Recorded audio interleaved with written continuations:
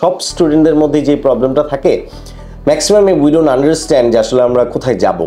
Fact হচ্ছে you have to think আসলে কি জিনিসে আপনার ভালো লাগে, ভালো লাগার জায়গাটা খুঁজে বের করতে হবে, স্টাডিটাকে ম্যাচ করাতে হবে, and then after completing that you have to jump in the corporate world or even anywhere. Hello everyone, this is Abrar. Currently I'm working as a head of IMC marketing at Techno Mobile.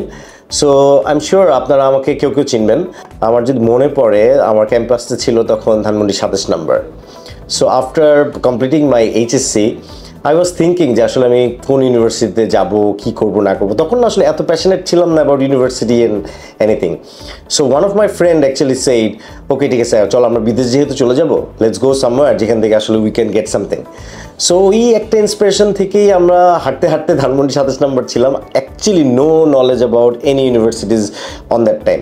আর তখন না ইউনিভার্সিটির প্রমোশনও হতো না, and there is no alumni on that time যে কেউ আমাদেরকে বুঝিয়ে দেবে। সো আমি আমার স্টোরিটা এই জন্যই বলতেছি যে এখন you guys are so lucky that you have some alumni যারা আপনাদেরকে গাইড করতে পারে অ্যাটলিস্ট।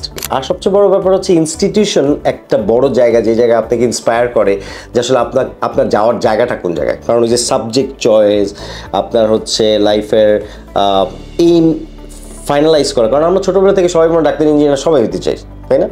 সো ওই জায়গাটা থেকে পরবর্তীতে আমাদের চেঞ্জেসটা আসে কোথা থেকে? ইনস্টিটিউট থেকে।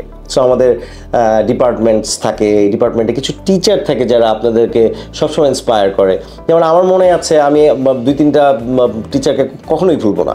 একটা Nipa ma'am, Raihan sir, Kamrul sir, আমি ওনাদের কথা কখনো ভুলি না। কেন? কারণ হচ্ছে দিন শেষে they inspired me to go where I am.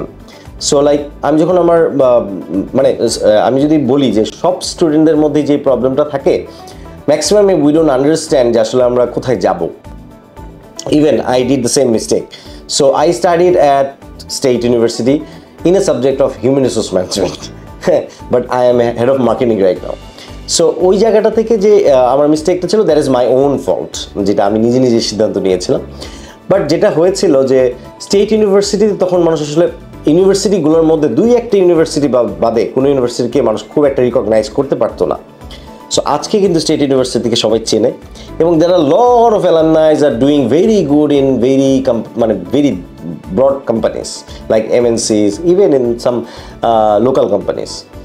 So এখন কিন্তু স্টেট ইউনিভার্সিটিকে চেনে সবাই।